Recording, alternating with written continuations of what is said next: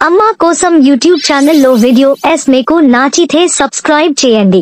అందరికీ నమస్కారం. ముందుగా ఓం శ్రీమాత్రే నమః అని కామెంట్ పెట్టి లైక్ చేసి మా ఛానల్ ని సపోర్ట్ చేయండి ఫ్రెండ్స్. శివునకు ఎక్కువ ప్రీతిపాత్రమైన మాసం కార్తీక మాసం. హరిహరాదులకు ప్రీతిపాత్రమైన ఈ మాసంలో భక్తకోటి యావత్తుకైన నిష్ఠతో చేపట్టే వ్రతములకు ఎంతో ప్రాధాన్యం ఉంటుంది. ఈ మాసంలో పాడ్యమి, చవితి, పౌర్ణమి, చతుర్దశి, ఏకాదశి, ద్వాదశి తిథుల్లో శివపార్వతుల అనుగ్రహం కోసం పూజలు చేస్తుంటారు. ఈ మాసమందు వచ్చే సోమవారములు, చవితి, ఏకాదశి, ద్వాదశి, పౌర్ణమి అత్యంత పుణ్యప్రదమైనవి. నెల అంతా సాధ్యపడని భక్తులు కనీసం ఆయా దినములలో పవిత్ర పుణ్య నది స్నానమాచరించి ఉపవాస దీక్షలు చేస్తూ మహాన్యాసపూర్వక మహారుద్రాభిషేకములు, లక్ష బిల్వార్చనలు, లక్ష కుంకుమార్చనలు, లలిత విష్ణు సహస్రనామపారాయణలు, ప్రతినిత్యము ఉభయ సంధ్యలలో దీపారాధన చేయువారికి విశేష పుణ్యఫలం లభిస్తుంది. ఈ కార్తీక మాసం 30 దినములు ఆచరించిన వారికి అనంతకోటి పుణ్యఫలం లభిస్తుంది. కార్తీక మాసం శివుడికి ఇష్టమైన కార్తీక పౌర్ణమి రోజున భక్తితో శివయ్యను పూజిస్తే సకల పాపాలు తొలగిపోయి పుణ్యం లభిస్తుంది. ఈ కార్తీక మాసం చాలా పవిత్రమైనవి అయితే అన్ని రోజుల కంటే కార్తీక మాసంలో వచ్చే కార్తీక పౌర్ణమి ఇంకా విశిష్టమైనది. ఈ రోజున చేసే పూజలు వల్ల శివుని ఆశీర్వాదాన్ని ఖచ్చితంగా పొందవచ్చు. కార్తీక పౌర్ణమి రోజున మాత్రం ఖచ్చితంగా ఇంట్లో శివ పూజ చేసుకోవాలి. కార్తీక పౌర్ణమి రోజున ఉపవాసం ఎలా ఉండాలి? ఉపవాసం చేసేటప్పుడు ఏమైనా తినవచ్చా?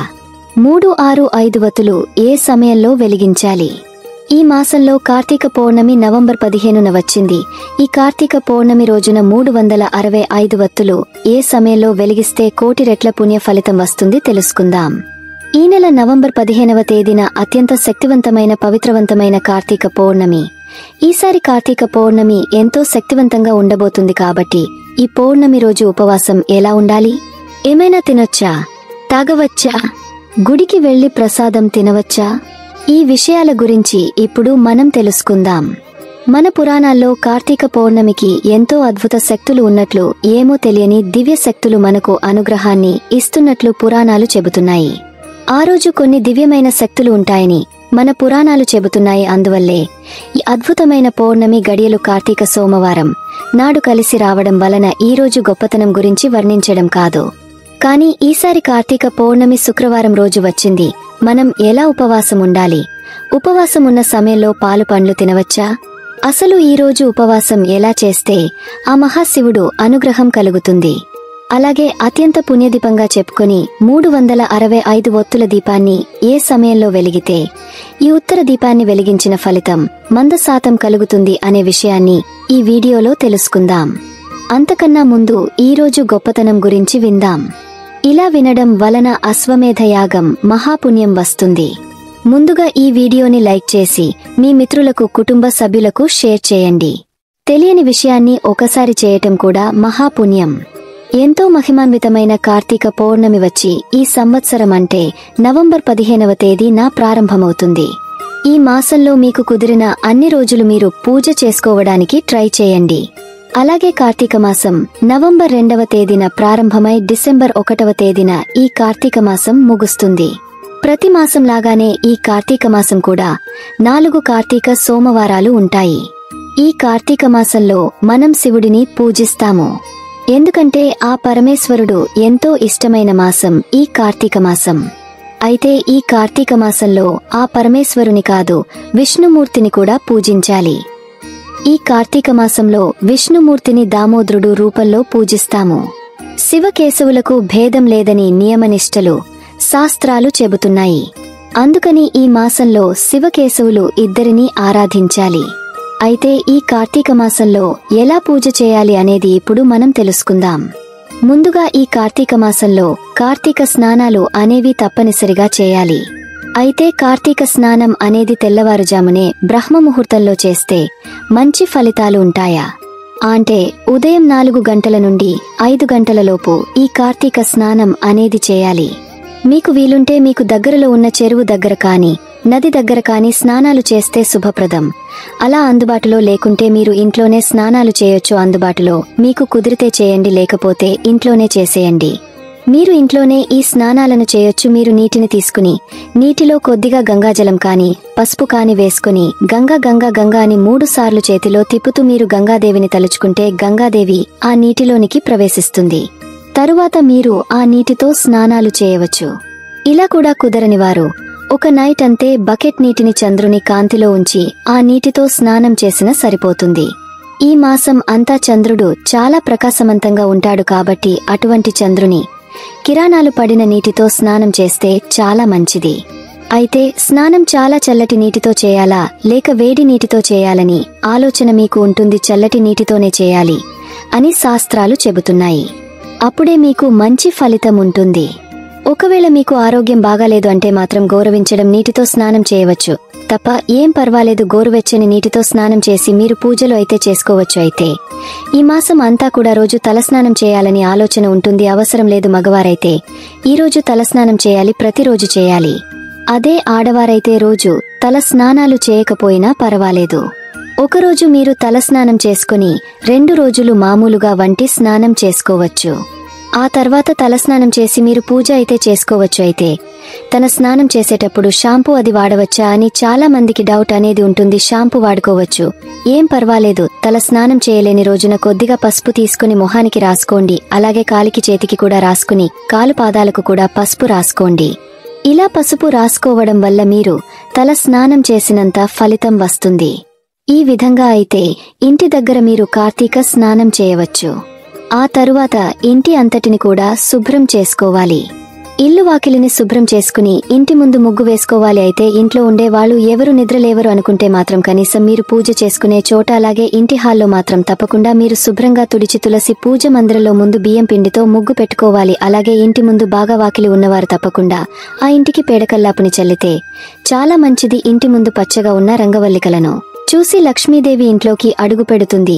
అలా ఇంటిని శుభ్రం చేసుకున్న తర్వాత ముందుగా మీ పూజ గదిలో 2 దీపాలను వెలిగించి ఆ తర్వాత ఇంటి ప్రధాన ద్వారం గుమ్మం దగ్గర 2 దీపాలను వెలిగించాలి. ఆ తరువాత తులసి కోట దగ్గర 1 దీపాన్ని వెలిగించి దీపారాధనకు నువ్వుల నూనె కాని వాడితే చాలా శుభప్రదం. అలాగే దీపారాధనకు 2 వత్తులు తప్పనిసరిగా ఉపయోగించాలి. ఇవన్నీ మనం తెల్లవారక ముందే చేయాలి. అంటే సూర్యుడు ఉదయించక ముందే మనం కార్తీక స్నానాలు పూజలు ప్రధాన ద్వారం దగ్గర దీపారాధన అయినా సరే, దీపారాధన అయిన తులసి కోట దగ్గర దీపారాధన అయినా ఇలా ఏవైనా సరే సూర్యుడు రాకముందు అంటే 5:30 చేస్తేనే మీకు మంచి ఫలితాలు అయితే వస్తాయి. తద్వారా మీరు కోరిన కోరికలు త్వరగా నెరవేరుతాయి. అలాగే ఈ మాసంలో సూర్యుడు అస్తమించిన తర్వాత కూడా దీపారాధన చేయాలి. అంటే ఉదయం సాయంత్రం సంధ్య వేళలో ఈ దీపారాధన అయితే తప్పకుండా చేయాలి. అలాగే సింహద్వారం దగ్గర దీపారాధన చేసుకుని ఆ గుమ్మానికి దండం పెట్టుకుని ఆ తర్వాత పూజా మందిరంలో పూజలు అయితే మీరు స్టార్ట్ చేసుకోవాలి. అలాగే పూజ మందిరంలో ముందు రోజు పెట్టిన పువ్వులు, నైవేద్యాలు ఇంకా దీపపు కుందులు అవన్నీ కూడా తీసేసి శుభ్రం చేసుకోవాలి. తర్వాత పూజ గదిలో ముగ్గు వేసుకోవాలి. పూజ మందిరంలో మీకు వీలు ఉంటే తప్పకుండా ముగ్గు వేసుకుని శివలింగం కాని లేదా స్వామివారి ఫోటో పెట్టుకుని పూజ చేసుకోవచ్చు. మీ పూజ మందిరంలో ఎన్ని వస్తువులు ఉంటాయో అవన్నీ కూడా పెట్టుకోవచ్చు. అలా అవన్నీ పెట్టుకుని మీరు పూజలు అయితే చేసుకోవచ్చు. ఈ కార్తీక మాసంలో ఎవరు పూజ చేసుకోవచ్చు చేసుకోకూడదు అనే సందేహం ఉంటుంది. ఈ మాసంలో ఎవరైనా సరే పూజలు చేసుకోవచ్చు. దీనికి ఆనవాయితీ అనేది ఏమీ లేదు. ఉపవాసం ఉండాలి అనుకుంటే ఉపవాసం ఉండొచ్చు. ఈ నిరంతర దీపారాధన చేసుకుంటాము అలాగే పూజలు చేసుకుంటాము అనే సంకల్పం చెప్పుకొని పూజలు అయితే చేసుకోవచ్చు. ఈ మాసంలో చేసే పూజకు మీకు అత్యంత ఫలితాలను ఇస్తాయి. ఒకవేళ నెల రోజులు మాకు కుదరదు అని అనుకుంటే మీరు ఎన్ని రోజులు వీలైతే అన్ని రోజులు చేసుకోవచ్చు. ఎందుకంటే కొంతమంది ఆడవారికి నెల మధ్యలో అడ్డంకులు వస్తాయి కాబట్టి ఆ వచ్చినప్పుడు ఈ 3 రోజులు వదిలేసి మిగిలిన రోజులు ఎన్ని రోజులు కుదిరితే అన్ని రోజులు మీరు పూజలు అయితే చేసుకోవచ్చు. ఇక్కడ ప్రధానమైనది ఏమిటంటే ఎంతో భక్తితో ఆ పరమశివుడు నీ పూజిస్తాము అన్నదే ముఖ్యం. అంతేకాని అంగులకు ఆర్భాటాలకు పోయి భక్తి లేకపోతే మీరు చేసే పూజకు ఫలితం దక్కదు. మనసు లగ్నం చేసి ఆ శివయ్యను ప్రార్థిస్తే మీరు కోరిన కోరికలు ఖచ్చితంగా నెరవేరుతాయి. మీరు ఈ కార్తీక మాసంలో భక్తి శ్రద్ధలతో దీపం వెలిగించి చిన్న బెల్లం ముక్క పెట్టి ఆ స్వామివారిని మనస్ఫూర్తిగా ప్రార్థించినా సరిపోతుంది. ఇక్కడ ముఖ్యం ఏమిటంటే పూజ చేసుకోవాలని ఆలోచన మనసులో భక్తి సాధలు అసలు మీ దగ్గర ఏమీ లేకపోయినా సరే మట్టి ప్రమిదలో 1 దీపం వెలిగించిన చాలు, అదే కొండంత వెలుగునిస్తుంది. ఒకవేళ మీకు ఇంటి దగ్గర పూజ చేయడం కుదరలేదు అనుకునే వాళ్ళు మీకు దగ్గరలో ఉన్న శివాలయానికి వెళ్లి దీపారాధన చేసుకోవచ్చు. ఇలా ఇంకా ఎక్కువ పుణ్యమైతే లభిస్తుంది. కాబట్టి మీరు ఇంటి దగ్గర దీపారాధన చేయలేకపోతే గుడికి వెళ్లినా సరే మీరు దీపారాధన చేసుకోవచ్చు. మేము ఈ నెల అంతా చేయలేము అనుకుంటే ఈ కార్తీక సోమవారాలు 4 ఉన్నాయి. ఈ 4 సోమవారాలు అయిన మీరు దీపం వెలిగించి మీ సంకల్పం చెప్పుకోండి. ఎంతటి పేదవారైనా ధనవంతుడు అయ్యేలాగా ఆ మహాశివయ్య దీవిస్తాడు. అంతేకాదు శివ సాన్నిహిత్యం లభిస్తుంది. కార్తీక పురాణం ప్రకారం ఉపవాసం 6 పద్ధతుల్లో చేయవచ్చు అని వివరించడం జరిగింది. మరి 6 పద్ధతులు ఏమిటో ఇప్పుడు మనం ఈ వీడియో ద్వారా తెలుసుకుందాం. అందులో మొదటిది, శక్తి గలవారు కార్తీక పౌర్ణమి రోజు పగలంతా ఉపవాసం ఉండే సాయంత్రం శివాభిషేకం చేసి నక్షత్ర దర్శనార్థం తులసి తీర్థం సేవించాలి. దీన్ని ఉపవాసం అంటారు. ఇది సాధ్యం కాని వారు రెండవది ప్రయత్నించండి. ఏకభుక్తము స్నానదాన జపానదులను యథావిధిగా చేసుకుని మధ్యాహ్నం భోజనం చేసి రాత్రి భోజనానికి బదులు తులసి తీర్థం మాత్రమే తీసుకోవాలి. దీనిని ఏకభుక్తము అంటారు. ఇది కూడా కుదరని వారు మూడవది, నత్తము. పగలంతా ఉపవాసము ఉంది, రాత్రి నక్షత్ర దర్శనం తర్వాత భోజనం చేయాలి. దీనిని నత్తము అంటారు. ఈ ఉపవాస పద్ధతి మహాశివుడికి ఎంతో ప్రీతికరమైనది. ఇది కూడా సాధ్యం కాని వారు నాలుగవది, ఆయాచిత మహాభోజనానికి తాము ప్రయత్నించకుండా ఎవరైనా సరే వారికి వారే పిలిచి మరి భోజనం పెడితే భోజనం చేయడం. ఇది కూడా సాధ్యం కాకపోతే ఐదవది, స్నానము. ఈ రోజు స్నానం ఆదరించి శివ పంచాక్షరి మంత్రం జపించడం. దీనిని స్నానము అంటారు. మాకు జపించడం చేత కాదు, తెలియదు అన్నవారు చివరిది అనగా 6వది, దానం. ఇవి చేసిన నల్ల నువ్వుల దానం చేసిన సరిపోతుంది. దీన్ని తిరగానము. ఈ 6 ఏదో ఒకటి ఖచ్చితంగా ఆచరించాలి. ఏది కూడా ఈ కార్తీక పౌర్ణమి రోజు ఆచరించకుండా ఉంటే అలాంటివారు 8 యుగాల పాటు కుంభిపాక రావ్రవాది నరకాలను పొందుతారని కార్తీక పురాణం వివరిస్తుంది. కాబట్టి 8 నెలలోపు పిల్లలు, 80 ఏళ్లు దాటిన పెద్దలు, రోగ పీడితులు, శరీరం సహకరించిన వారు, ఏదైనా కారణంగా ఆటంకం వచ్చిన వారు తప్ప ప్రతి ఒక్కరూ ఈ రోజున ఉపవాసం చేయాలి. ఇంకా చాలా మందికి ఉండే సందేహం ఏమిటి అంటే ఇలా 365 వత్తుల దీపాన్ని వెలిగించే క్రమంలో ఖచ్చితంగా ఉపవాసం ఉండాలా, ఉపవాసం లేకుండా 365 దీపాలను వెలిగించవచ్చా అనే సందేహం కలుగుతుంది. మీరు 365 వత్తుల దీపాన్ని స్నానం చేసి ఇంట్లో లేదా గుడిలో వెలిగించుకోవచ్చు. ఉపవాసం ఉండాలనే నియమం ఏమీ లేదు.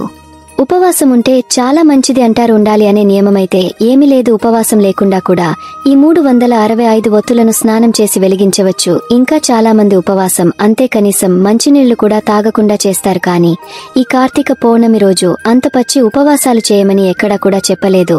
అంత గట్టి ఉపవాసాలు మన ఆరోగ్యానికి మంచిది కాదని గ్రహించిన మన మహర్షులు మనకి ముందుగానే తెలియజేశారు. కేవలం ఒక ఏకాదశి రోజున మాత్రమే చేయాలని పెట్టారు. మిగిలిన రోజులలో ఇతర దానాలు చేయాలనే సూచించారు. కార్తీక పౌర్ణమి రోజు మీరు ఉపవాసం ఉండాల్సిన అవసరం లేదు. చక్కగా బ్రహ్మ ముహూర్తంలో ఉదయాన్నే నిద్రలేచి తలస్నానం చేసి కార్తీక దీపం వెలిగించాలి. తర్వాత తూర్పు వైపు నక్షత్రాన్ని చూసి నమస్కరించుకోవాలి. తర్వాత ఉపవాసం స్వీకరించి పాలు, పండ్లు లాంటివి తినండి. మధ్యలో పళ్ళ రసాలు తాగండి. మధ్యలో అల్పాహారం కూడా తినవచ్చు. ఇక నక్షత్ర దర్శనం తర్వాత దైవానికి పూజ చేసి 365 వత్తుల దీపమును వెలిగించాలి. అంతేకాని కైన ఉపవాసాలు చేయాలని నియమం ఏమీ లేదు. పండ్లు, ద్రవ పదార్థాలు ఏ విధంగా తినవచ్చో అదే విధంగా పళ్ళ రసాలను తాగవచ్చు, పాలు కూడా తాగవచ్చు. అలాగే ఇలా ఉపవాసం ఉండలేని వారు బ్రహ్మ ముహూర్తంలో స్నానం చేసి యథావిధిగా 365 వత్తులు వెలిగించాలి. అంటే ఖచ్చితంగా ఉపవాసం ఉండాలి అనే నియమం ఏమీ లేదు. మీరు చక్కగా స్నానం చేసి నిరభ్యంతరంగా 365 వత్తుల దీపాన్ని వెలిగించవచ్చు. మీకు ఈ వీడియో నచ్చితే తప్పకుండా లైక్ చేసి షేర్ చేయండి. మరిన్ని మంచి వీడియోస్ కోసం మా ఛానల్ని సబ్స్క్రైబ్ చేయండి. ధన్యవాదాలు.